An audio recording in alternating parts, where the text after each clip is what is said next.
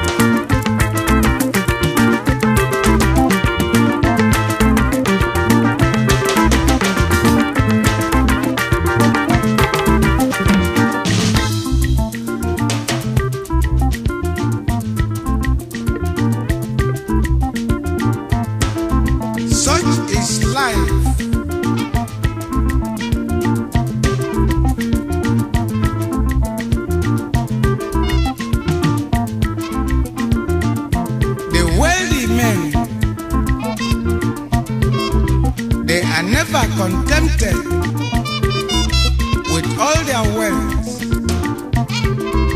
but they rather choose to extract from the poorest people what little ever thing they have got to make them die. But that is never the will of God. We are told that we have to do unto others as we would like to be done unto ourselves. So when you are giving, do not feel that you are the greatest on earth.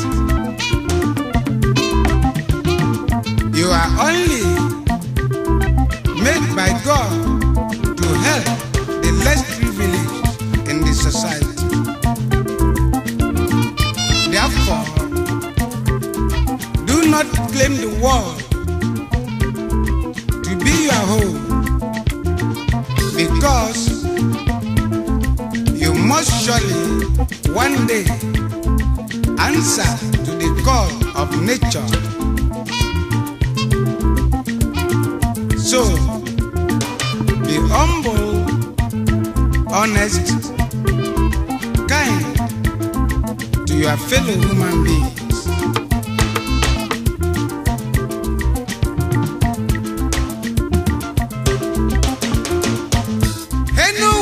Yobuno iju wa no bu no shimili onye danye no bubenu onye malu no gwo no putanu onye na mazi gwotonu omo ka mili no no jiro no shimili mamili enu wa mo ka na kono munno nye nechi